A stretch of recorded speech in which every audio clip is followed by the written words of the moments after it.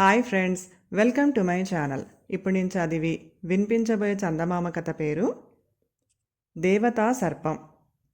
కల్వగుంటు అనే గ్రామంలో పార్వతమ్మ అనే సంపన్నురాలు ఉండేది. ఆమెకు 4 కొడుకులు. భర్త పోయినప్పటి నుంచి తల్లి తండ్రి తానే అయ్యి వాళ్లను ఆప్యాయంగా పెంచి పెద్ద చేసి పక్కన ఉన్న పట్నంలో వాళ్ల చేత పెద్ద బట్టల దుకాణం ఒకటి పెట్టించింది. తర్వాత కొడుకులు 4కి తగిన సంబంధాలు చూసి పెళ్లి చేసింది. పార్వతమ్మ మనసు మంచిదే కాని తగని పిసినారి. ఇంట్లో లక్షలు మూలుగుతున్నా పైసా ఖర్చు పెట్టడానికి కటకటలాడిపోయేది. తిండికి కూడా సరిగ్గా ఖర్చు పెట్టనిచ్చేది కాదు. ఆమె మనస్తత్వానికి కొడుకులకైతే అలవాటు పడిపోయారు కానీ కోడళ్లకు మాత్రం చాలా బాధగా ఉండేది. వాళ్ళు పిండి వంటలకు కూడా మొహం వాచిపోయారు. భర్తలకు చెప్పుకున్న ఫలితం లేకపోవటంతో వాళ్ళు తమలో తాము మనస్తాపం చెందసాగారు. ఎప్పుడైనా అత్తగారు ఏ ఊరైనా వెళితే అప్పుడు తమకు ఇష్టమైన పిండి వంటలు అన్నీ చేసుకొని తినాలని అనుకునేవారు. అయితే పార్వతమ్మ ఒక్క పట్టాన ఎక్కడికి వెళ్ళేది కాదు. ఒకసారి పార్వతమ్మకు పక్క ఊళ్ళోనే ఉన్న తమ్ముడి దగ్గర నుంచి కబురు వచ్చింది. ఆమె మర్నాడు ప్రయాణం పెట్టుకుంది. ఆ క్షణం నుంచి కోడళ్ళ ముఖాలు వెలిగిపోయాయి. కళ్ళతోనే మాట్లాడుకున్నారు, గుసగుసలాడుకున్నారు. తెలివైన పార్వతమ్మ ఇదంతా గ్రహించింది. అయినా ఏమీ తెలియనట్టు అమాయకంగా ఉండిపోయింది. ఆ రాత్రి పార్వతమ్మ పడుకున్న తరువాత 4 కోడళ్ళు పెరట్లోని తులసికోట దగ్గర సమావేశం అయ్యారు.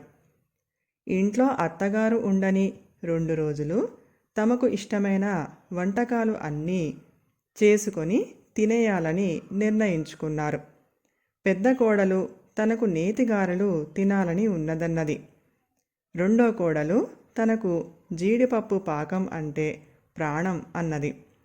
నాకు కోవా కజ్జికాయలంటే చాలా ఇష్టం అన్నది మూడో కోడలు.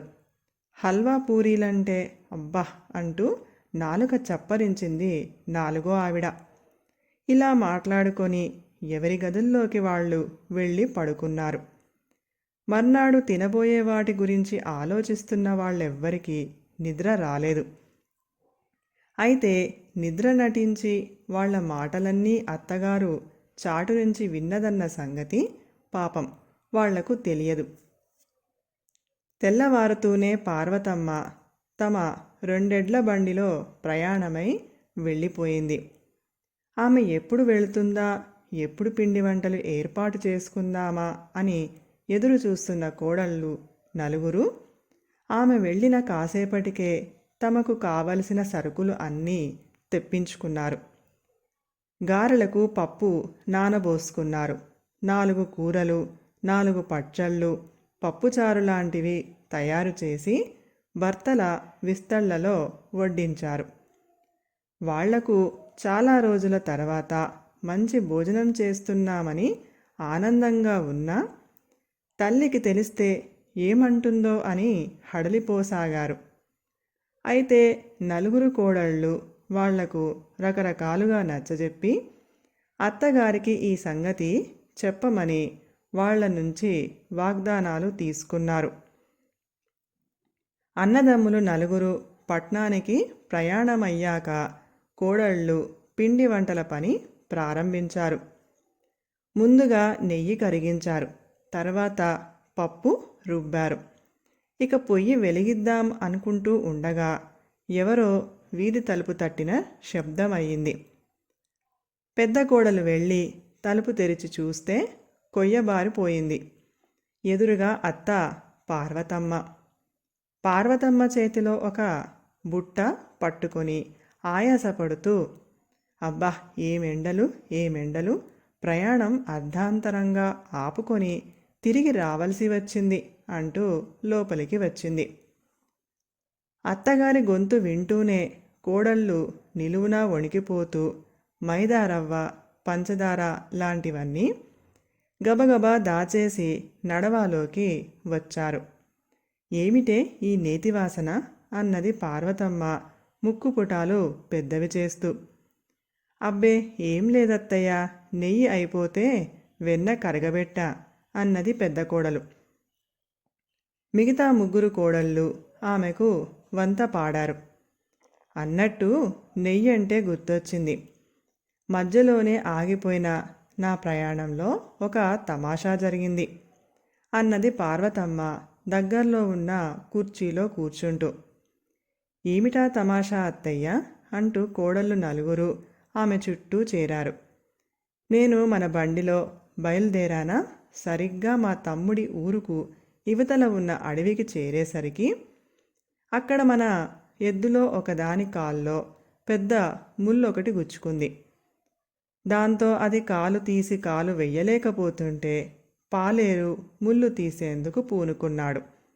నేను అంత దూరంలో ఉన్న ఒక పాడుబడ్డ మండపం దగ్గరికి వెళ్ళాను, కాసేపు కూర్చుందామని. చిత్రంగా అక్కడ నేతిగారెల వాసన గుప్పున కొట్టింది అంటూ క్షణం ఆగింది పార్వతమ్మ. నేతిగారెల మాట వింటూనే తుళ్ళిపడి సర్దుకున్నది పెద్ద కోడలు.